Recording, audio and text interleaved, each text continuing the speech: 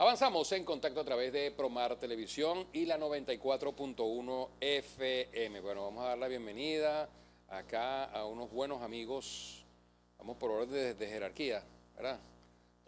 A Alfredo Pérez Febre, que está con nosotros acá, director fundador del Colegio Río Claro. Está Eduardo González, que es el actual director del Río Claro. Está el ingeniero Omar Montero, quien, bueno, es de las primeras promociones de sexto grado, ¿no? Eso lo estaba recordando ahorita el maestro Pérez Febre, ¿no?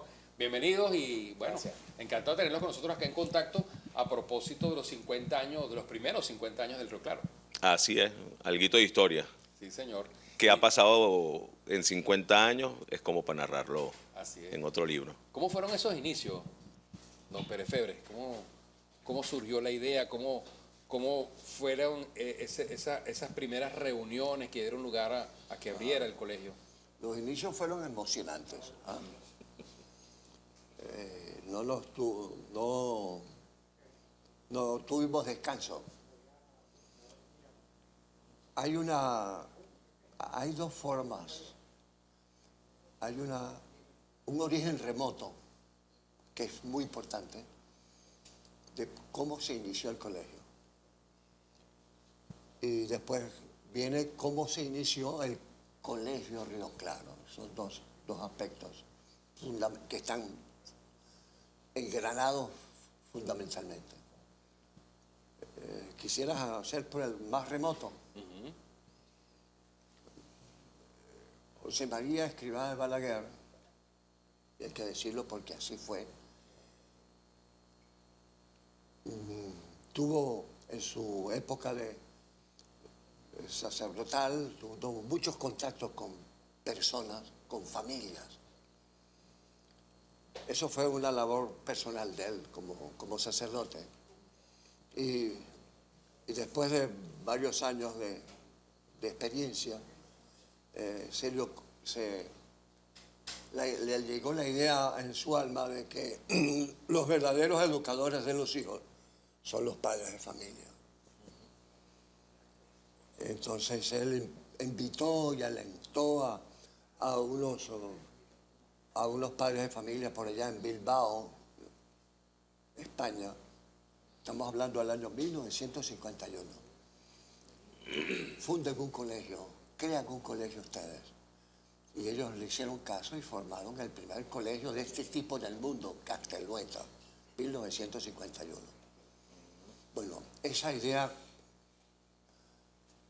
fue desparramándose por el mundo, por toda Europa, América, África y Oceanía. Hay más de 400 colegios de estos en el mundo. Cada uno es independiente, pero llevan la misma visión y el mismo inicio. ¿Cómo se inicia el Colegio Río Claro en Lara, Barquisimeto? Tengo que contarlo porque tengo que hacer honor a la verdad. ¿A quién se le ocurrió? Había un ingeniero, Alberto Olivares, que vivía en Valencia. Y en Valencia, él en su casa se estaba reuniendo gente de allá de Valencia con AICE, que era la que promovía, sostenía desde el punto de vista educativo los fundamentos del colegio. Ya había un colegio en Venezuela, que eran Los Arcos, de Caracas, 1967. En 1973 hubo, ya unos años después, se inauguró otro colegio, Los Robles, en Maracaibo, 1973. Entonces eso causó en muchos padres de familia en Valencia para formar un colegio. Buscaron a ICE, que era la asesoramiento y servicios educativos, la que tenía toda la formación completa del proceso, y empezaron a hablar allá. Alberto Olivares, joven, talentoso, de la CanTV, ingeniero como su padre, famoso en el MOP, el Ministerio de Obras Públicas. Sí, de antaño. Él oía que en su casa hablaban de eso, se reunían. Y él venía a Barquisimeto. Y la verdad verdadera, que pocas veces, poca gente lo sabe, es que él en la carretera decía, aquí o en Valencia, ¿y por qué no en Barquisimeto? Cuando llega a Barquisimeto se encuentra con su amigo, un amigo muy famoso en Barquisimeto, por cierto, Humberto Oropesa, que era gerente del Cardenal General de aquel momento, 1974.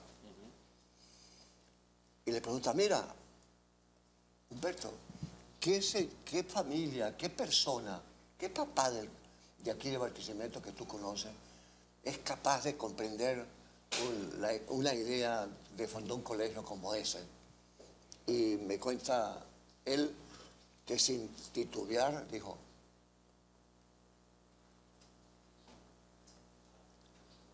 a nuestro querido y recordado Abelardo Riera Zubillaga. Inmediatamente él empezó a hablar con él, se hicieron amistades rápidas y le vio que él tenía él podía, en su familia habían fundado un colegio en Carrera. ¿Tú quieres un Barquisimeto? Yo te pongo en contacto con él. Inmediatamente vino a ICE y en los años 74 hubo varias reuniones con algunas familias en Barquisimeto. Pero aconteció otro suceso, otro hecho importante. José María Escrivá Balaguer, el futuro San José María, vino a Venezuela por segunda vez en febrero del año 75 y tuvo unas reuniones con muchas familias venezolanas allá en Alto Claro, Caracas, cerca de Caracas. Y en una de esas también vinieron gente como Abelardo y Agustín, lo vieron encantados de lo que era eso. Yo también lo conocí allá personalmente. Entonces dijo, vamos a formar el colegio. Y a mí me dijeron y tuve que... Esa historia tú la conoces porque te la conté algunas veces. Así es. Entonces vinimos para acá. En marzo empezamos de nuevo a reunir la familia y en septiembre de ese mismo año, casi 5 meses después, el colegio abrió sus puertas el 16 de septiembre de 1975. Sí, aquí 50 años. Abelardo Riera Zubillaga, José Serra y Alfredo Pérez Febre visitaron la Hacienda Las Trinitarias, en la antigua carretera hacia Caracas. Sí, y les gustó el sitio. Ese cuento es apasionante. Es que ese sitio todavía, 50 años después, sí. Es mágico. O sea, una cosa que... En abril ya, siguiendo la historia, habíamos visitado algunas casas grandes. A ninguno de nosotros nos gustaba la casa. Y de pronto Abelardo supo que la familia Cristóbal Blom, que estaba más allá hacia Lujano, tenía una gran hacienda y había posibilidades que él podía venderla. Nos dio, vayan, visítenla, y un sábado de mayo, el primer sábado de mayo de 1975, nos fuimos por aquella carretera, dejando atrás la redoma del sol. Y era monte. Más allá, se veía no se veía, se decía que allá estaba el Lujano. Era la antigua carretera. Así es. No había más nada. Cuando nos paramos aquí abrimos la puerta de Senvi, la puerta de cualquier finca, más o menos, entramos y lo primero que vimos fue una enorme laguna, árboles espectaculares, aves por ahí, arbustos y árboles se daban la mano. En aquel momento nadie habló, ninguno de los tres nos miramos. A la mano derecha habían los pastos, lo que hoy ahorita son los campos deportivos. Habían puros pastos y seguimos, nos metimos en el carro, carretera de tierra, llegamos a la primera curva del colegio Y dice, aquí ordeñan las vacas, dijo Abelardo. Y seguimos adelante en el carro. Y nos colocamos en la última curva antes de salir. Nos bajamos. Los tres en silencio. Cada uno miraba 180 grados, casi los 360 grados. Veíamos las cosas. Yo pensé, aquí los muchachos tienen campo para la libertad, aunque la libertad es algo interior, pero era la libertad física, no va a estar tan encorsetados en cuatro paredes de cemento. Aquí podíamos investigar, aquí le podemos dar la imaginación, podemos darle pie a esa imaginación de los muchachos. Eso es mi pensamiento, ellos también.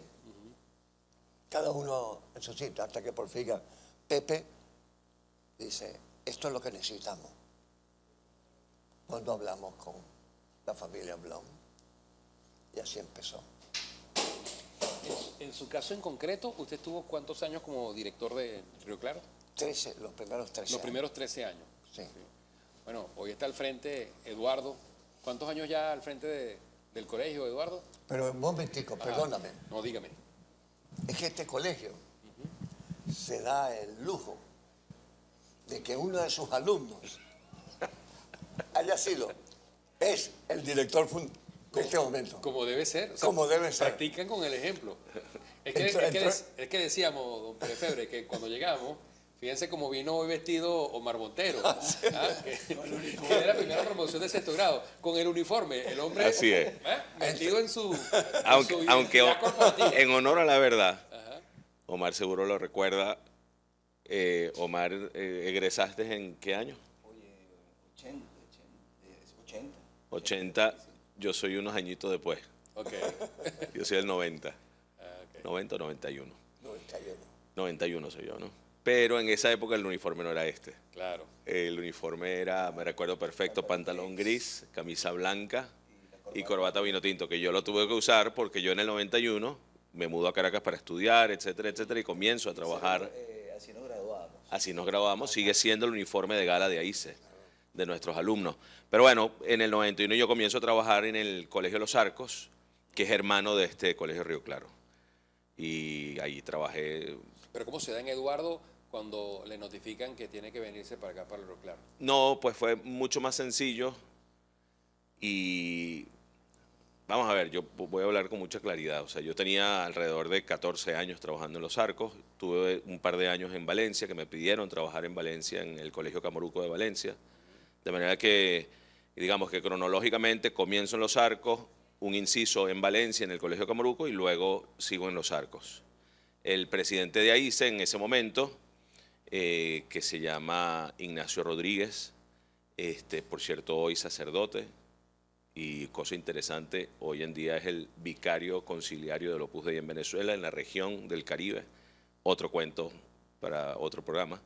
Él me dice en ese momento, abogado, un emprendedor en educación increíble y tal, no sé qué, Eduardo, ¿por qué no te planteas, chico, regresar a Barquisimeto como director? Estamos pensándolo, ya tú tienes 5 o 6 años como director académico del Colegio Los Arcos, un colegio grande. Y yo la verdad es que tengo que decirte que me planteé dos cosas. Yo estaba terminando una maestría en la Simón Bolívar y por otro lado yo dije, cunche, pero esto no lo puedo descuidar, no quisiera dejarla. Y luego tengo que hablar con mi esposa, caraqueña, nunca se había movido allá y el caraqueño a veces le puede costar venirse. Y por otro lado, José Luis, el interior, a veces ocurre que el interior del país no ofrece lo que quizás deslumbra en la capital. Sobre todo cuando te mueves en el ámbito educativo, que tienes la Universidad Simón Bolívar, tienes la Universidad Católica, tienes la Universidad Metropolitana, la estaban haciendo la Universidad Monte Ávila. Uno veía que en el ámbito educativo había un empuje fuera de serie. Y decía, Dios mío, ¿será que sí? Y nada, yo creo que confié en Dios. Mi esposa me dijo, bueno, vámonos.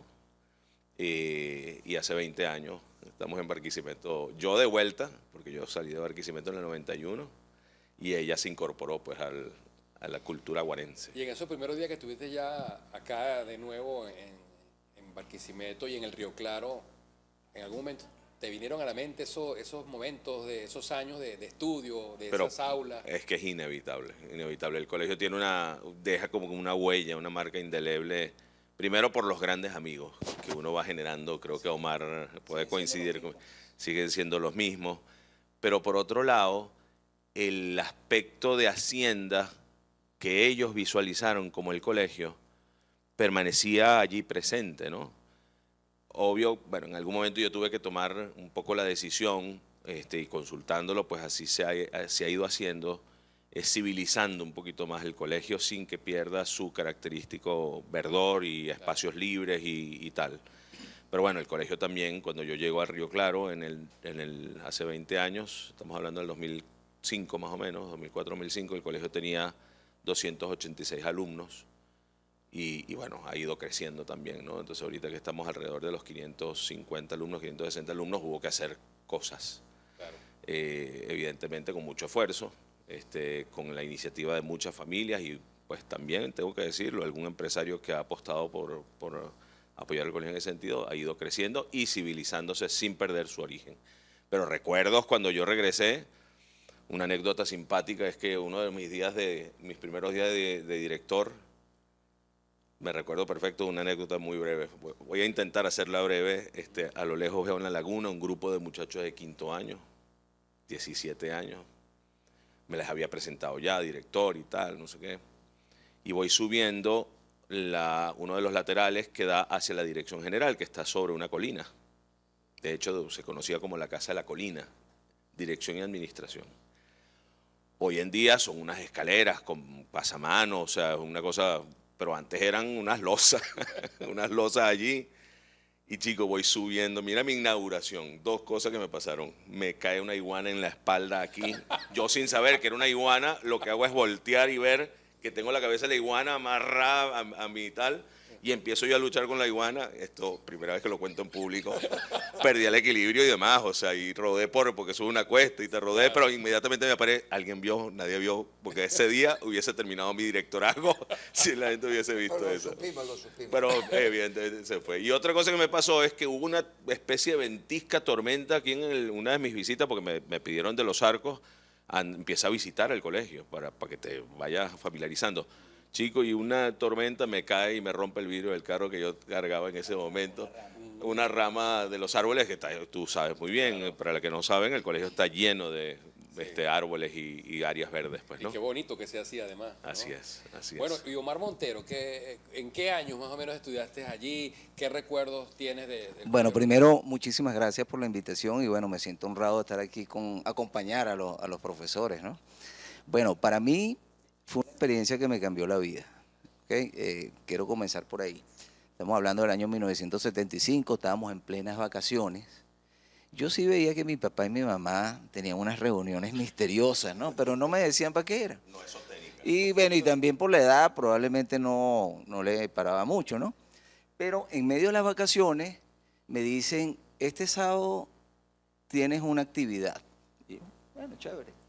Resulta, viene el sábado y la actividad era en el Colegio Inmaculada. Y resulta que la actividad era para un examen de admisión. Y yo, bueno, ¿examen de admisión de qué? Lo interesante fue que nos conseguimos un grupo de amigos que yo, algunos los conocía, unos venían del Colegio Javier, otros venían del Colegio de La Salle y un grupo de mis amigos más cercanos que éramos del Colegio San Vicente. Entonces, bueno, nos meten en ese examen y en el Inmaculada, en un salón en la Inmaculada. Es que no teníamos sitio. No había había sitio. Sí. No teníamos el terreno. Entonces, bueno, presentamos el examen y bueno, y total que yo no sabía todavía mucho para qué era o no quería, porque yo no quería cambiarme de colegio, por supuesto, pero no tenía el poder de decisión. Entonces, bueno, llegan las clases y me dicen, no, tú no vas para el San Vicente, tú vas para el Río Claro. Y así caí en el Río Claro. El Liceo Río Claro, además liceo, no cuadraba mucho la cosa. Entonces, bueno, definitivamente fue una experiencia que nos cambió la vida a todos, ¿no? Porque primero pasar de unos colegios tradicionales con unas edificaciones urbanas, ahí llegamos, prácticamente estábamos en el campo, ¿no? Y era como estar en un campamento de esos que hacen en las vacaciones, permanente. Y la verdad que fue una experiencia increíble, eso fue en 6º grado. Y una de las cosas que yo rescato de ese momento fue una figura que nunca la habíamos tenido, que era el famoso tutor, que tienen todos los salones, tienen un tutor asignado y el tutor es yo digo que es una especie de acompañante. Y yo rescato ese tutor que tuvimos en sexto grado. Lamentablemente no sé qué se hizo él, me recuerdo el nombre porque siempre nos acordamos de él, se llama Julián Herrera. Un tipo brillante, brillante. Y bueno, para nosotros fue una experiencia distinta, porque es un colegio distinto, un colegio donde hacen hincapié en el deporte, bueno, por supuesto en los valores. Tuvimos la familia, o sea, la familia integrada, ¿no? Porque ahí tú ves toda la familia metida en el colegio. El contacto con la naturaleza, definitivamente. Y nosotros éramos unos chamitos de sexto grado y teníamos actividades, íbamos a fincas, hicimos un viaje a la playa, que yo me acuerdo de eso, unos niños de sexto grado. Yo no sé cómo hacían ustedes para asumir esa responsabilidad tan grande. Pero bueno, lo hicimos. Y bueno, el deporte, después la relación con los colegios. Entonces, bueno, fue algo que definitivamente nos cambió la vida. Hicimos los amigos de esa época y seguimos siendo los amigos de ahora.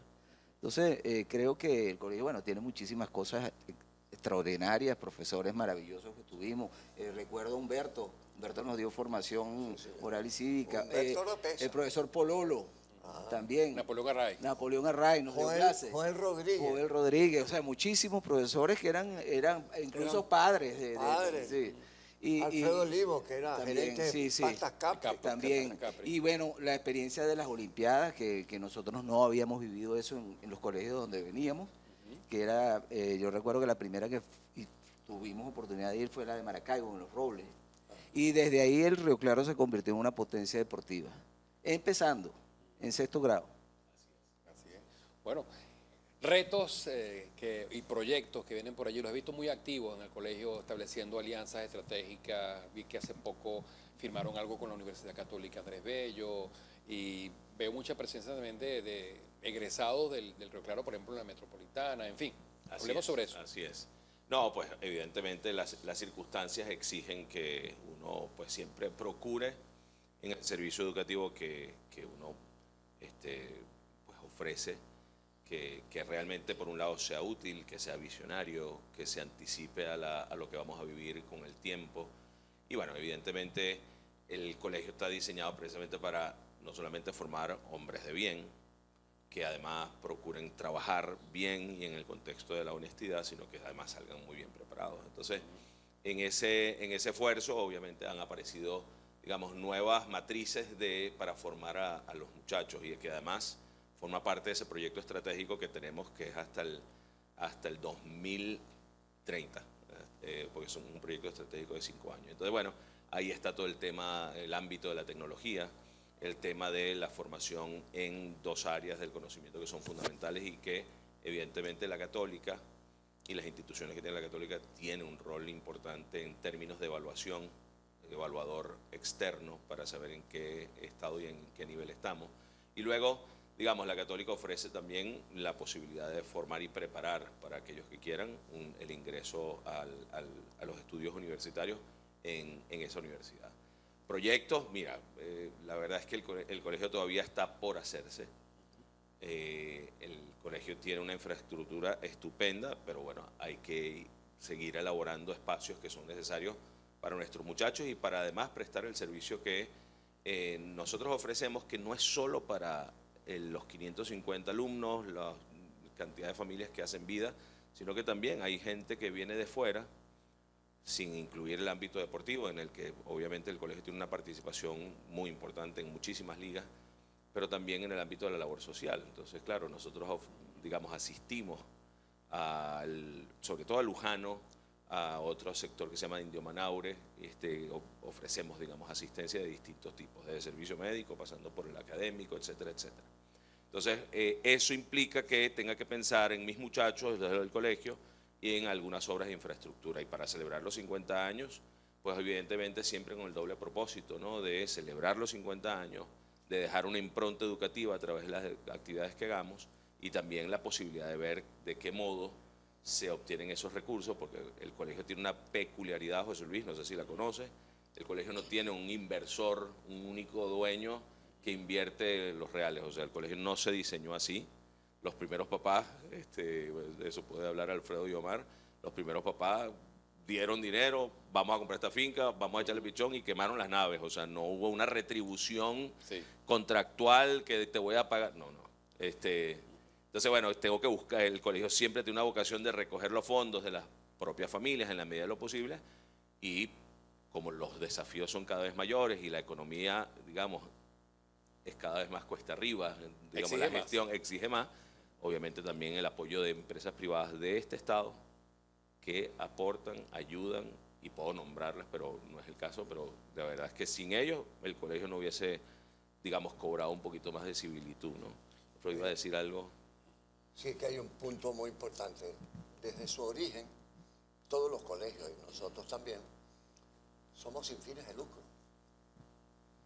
El colegio nos pertenece a la familia, a todos, que van rotándose. Y está estatutariamente sin fines de lucro. Y es tan rígido eso, que dice que si algún momento, estamos hablando de hace 50 años, se pudiera disolver el colegio,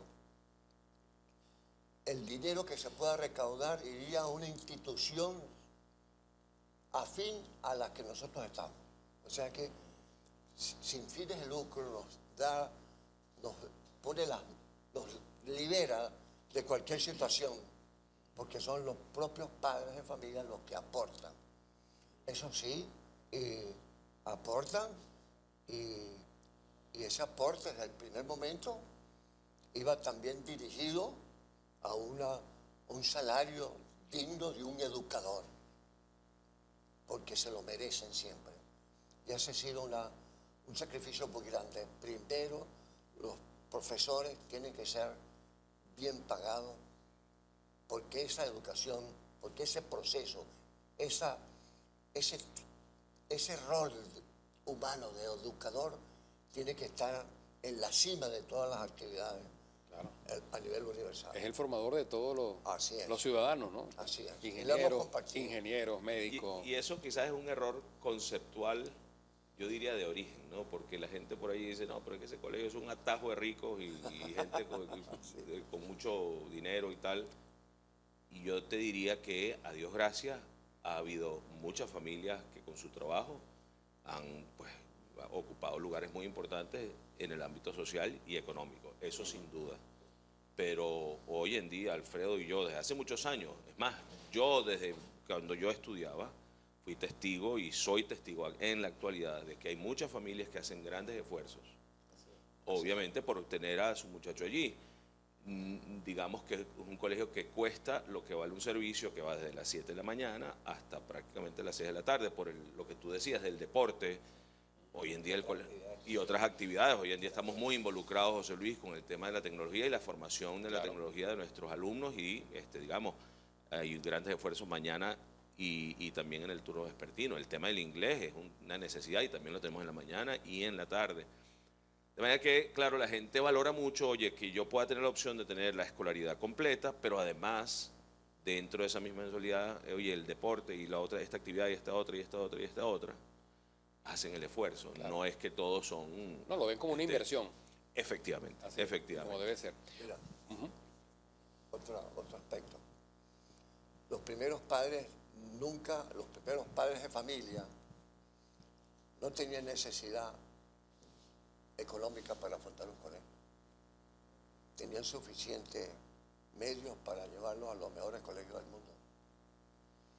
Pero ellos también pensaban que ellos querían no el mejor colegio de Barquisimeto.